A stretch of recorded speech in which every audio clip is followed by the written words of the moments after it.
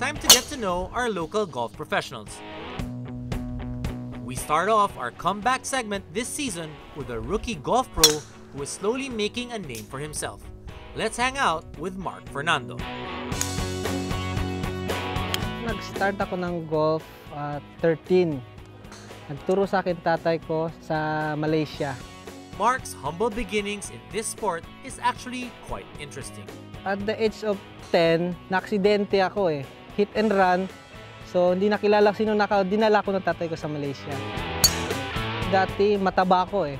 So sobrang taba, sinabihan ng isang doktor yung tatay ko na dapat maglaro daw ako ng golf para hindi matabunan ng taba yung heart ko. So parang exercise lang siya. And how did the hobby for health lead Mark into the professional golf world? At the age of 17, umuwi ako ng Zamboanga ulit eh. Dahil bawal na kami maglaro sa Malaysia dahil hindi ako local nila. Doon ako sa Zamboanga nag-practice hanggang nag-start yung NCO, yung National Cadiz Open. Sumali ako. And now we get to know how he began his career with ICTSI and what it takes to be in the professional league. Player ako ng Kanlubang eh. So nag-recruit yung nagkausap sila yung Sir Tommy Manotok na i-sponsoran din ng ICTSI yung Kanlubang. Nag-pro ako nung December, Philippine Open sa Bali. Para sa akin, practice. Mostly yung sa short game dahil yung mas kailangan sa golf eh. May driving ka, may short game ka, competitive ka na. Mark shares his most memorable experience as a professional. Yung Bacolod. Dahil may chance akong manalo eh. Talagang hindi pala talaga time siguro. Ang lang sa akin kasi doon dahil pro na eh.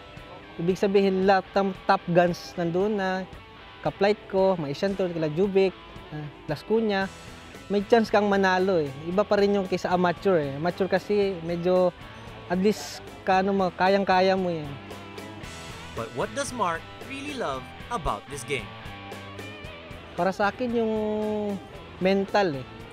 Kailangan may tiyaga ka na kahit masamang palo mo, dapat tatapusin mo talaga. Hindi pwede mag-give up ka. Dapat palaging positive yung thinking mo. Nalalabang ka kahit anong mangyari. Mark shares his ultimate dream. Makalaro ng Asian Tour. Kung hanggang kaya ko, makaabot ng European Tour. Yung ang pangarap na mag-goal ko talaga na makakaabot. And finally, a word of advice. Patient. Dapat. Yun ang dapat. Number 1 talaga. Dapat may patience ka sa katawan mo. And there you have it. A rookie professional with a unique and humble beginning. Make sure to keep an eye on Mark Fernando on the fairways. Ako nga pala si Mark Fernando at nanonood kayo ng A Round of Golf.